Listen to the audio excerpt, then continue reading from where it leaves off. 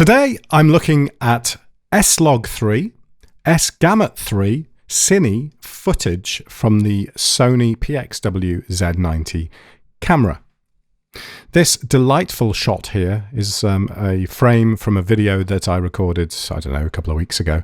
And this is, I'm using this because one, it's got skin in it. It's got my skin in it, so I know how I want to grade my skin tones. And it's exposed in the way that I personally would expose S-LOG3. So I tend to expose a little bit to the right. I'd kind of look at the shot, I'd expose it, and I'd increase it until I hit a maximum point, and then I'd back it off a little bit. So probably a little bit over the top compared to normal exposure, if you like. So that's what I'm grading to here. It's probably a little bit ETTR, exposed to the right. But I think you're meant to do that with log footage. I think that's kind of recommended because you're using more of the brighter part of the sensor or whatever. I don't know. Anyway, let's get to it and have a look at what I use. So yes, I do all my grading for log footage in DaVinci, and I also always do it in FilmConvert. I know not everybody's going to have FilmConvert out there, but whatever, I'm just showing you the way that I do it, okay? So I'm going to add a serial node, so I've got two nodes, one to make corrections beforehand if I want to, and one to do the FilmConvert bit.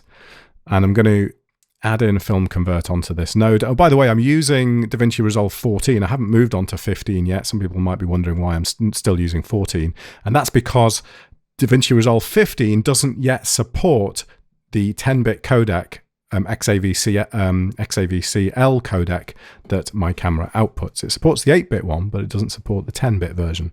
So I'm still using 14.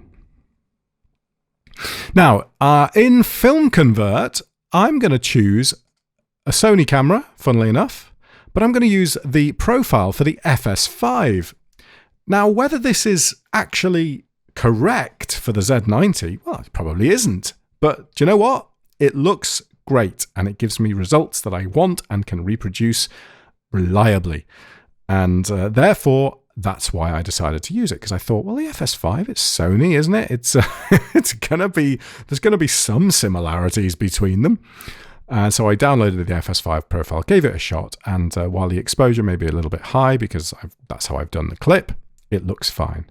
So let's select FS5, and then here I'm going to go down to S-LOG3 S-GAMUT3.CINE and select that, and you'll see that it's a little bit bright straight out of the packet, straight out of the box.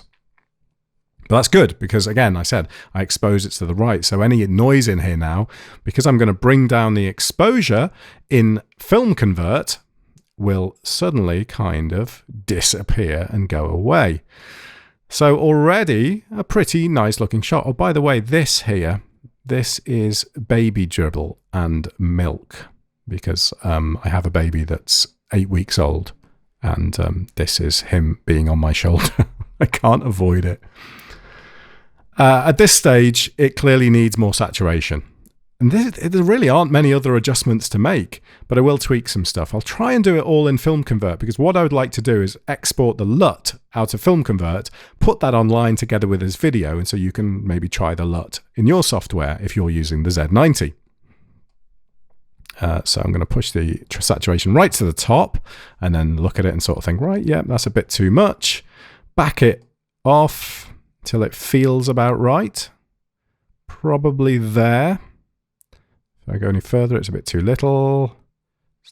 Probably around that, to me, seems about right. It's still a little bit overexposed, isn't it, I think, on the skin. So I'm going to drop that down. Is that about right? Looks pretty good. And now I'm just going to make some minor adjustments. One thing that FilmConvert will do is set a black point in this particular film type anyway, will set a black point that is not at 0. And so if you want to make those blacks a little bit lower, you can't do it in this one here because this node is getting pushed into FilmConvert. That's not going to work. You have to do it in FilmConvert. So I just need to adjust the lift on my shadows to bring those blacks down a little bit more. And this is looking quite contrasty, quite dark. Probably want to push the gamma up a little bit in the shot too to get a bit more out of those mids, and just kind of brings some of the shadows up as well, funnily enough, even though it is the gamma. Even though it is sort of the mid-tones, it will still bring out those shadows quite a lot too. And I think that's pretty good. A little bit too bright still on the skin. What do you think?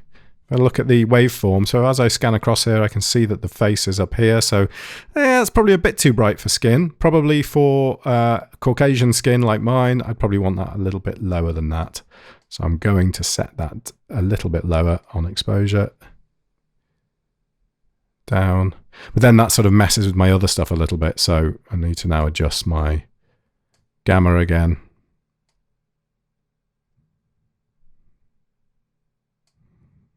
That much? No, probably not. I think that's okay. I'm quite happy with that. I like that look.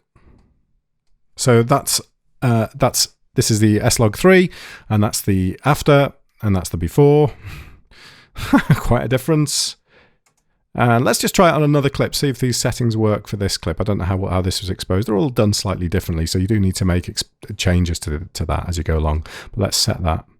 Yeah, so this is slightly not quite as highly exposed as that other previous clip was. So if we just push this up slightly like that, we now get what is a very nice, clean shot.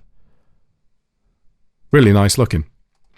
So to me, anyway, that's probably, you've seen in my videos, that's pretty much how I would grade S-LOG3. And I'm going to export this out now because I can do this. I mean, I can export straight out of DaVinci as well. That's not a problem, but I want to do it all straight out of FilmConvert. Oh yeah, I forgot. Don't want the grain on there. Don't want any grain on there. Don't think that would export out anyway. That can't be added as part of a LUT. LUT just contains color adjustment information. And I'll do that as a 64 cubed. Why not? Higher, better, right? Who knows?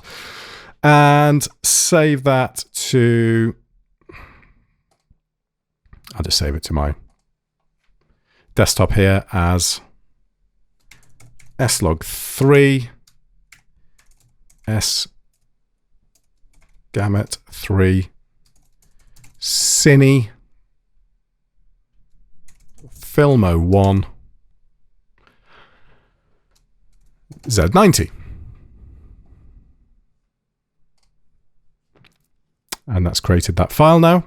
And I'll put that file in the description as a download and give it a try on yours. I think really at that point, once you've applied this LUT, I don't know, theoretically it should work. If you've exposed in a similar way to me, it should work, because all then if it wasn't exposed quite as much, you might just have to push the levels up a bit overall. But apart from that, the color should be brought across quite nicely, I think, anyway. Give it a go and let me know what you think. This is just me grading some S-LOG3 S-GAMUT3.CINE footage from the Z90 camera out of the HDMI recorded on an Inferno, and that's it really. Thanks very much for watching, and stay around for more of these type of random videos. And sorry for the repetition in doing this. It's just something that I have to do regularly and is always different. It's always a bit of a new challenge when it comes to a new camera and things. So yeah, it's good. I enjoy it.